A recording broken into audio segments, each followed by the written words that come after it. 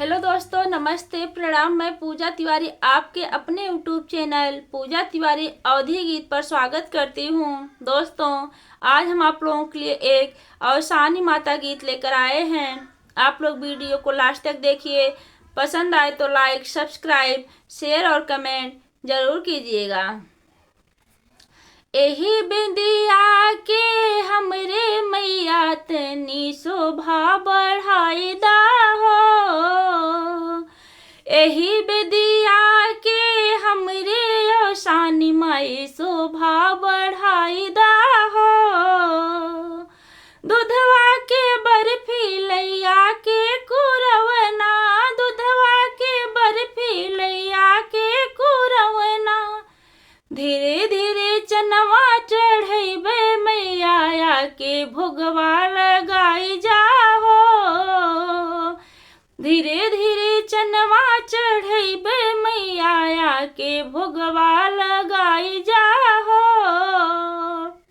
एही बेदिया के हमरे अवसानी माई शोभा बढ़ाई दाहो।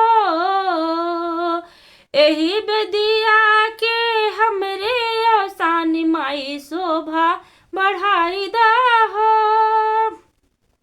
चदिया के दिया नाम नौआ के बाती, चदिया के दिया नाम नौआ के बाती।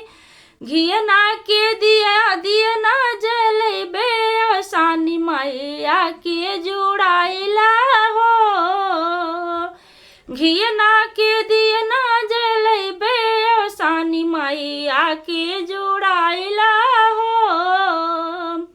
एही बिदिया के हमरे अवसानी माई शोभा बढ़ाई दाहो। एही बिदिया के हमरे अवसानी माई शोभा बढ़ाई दाहो।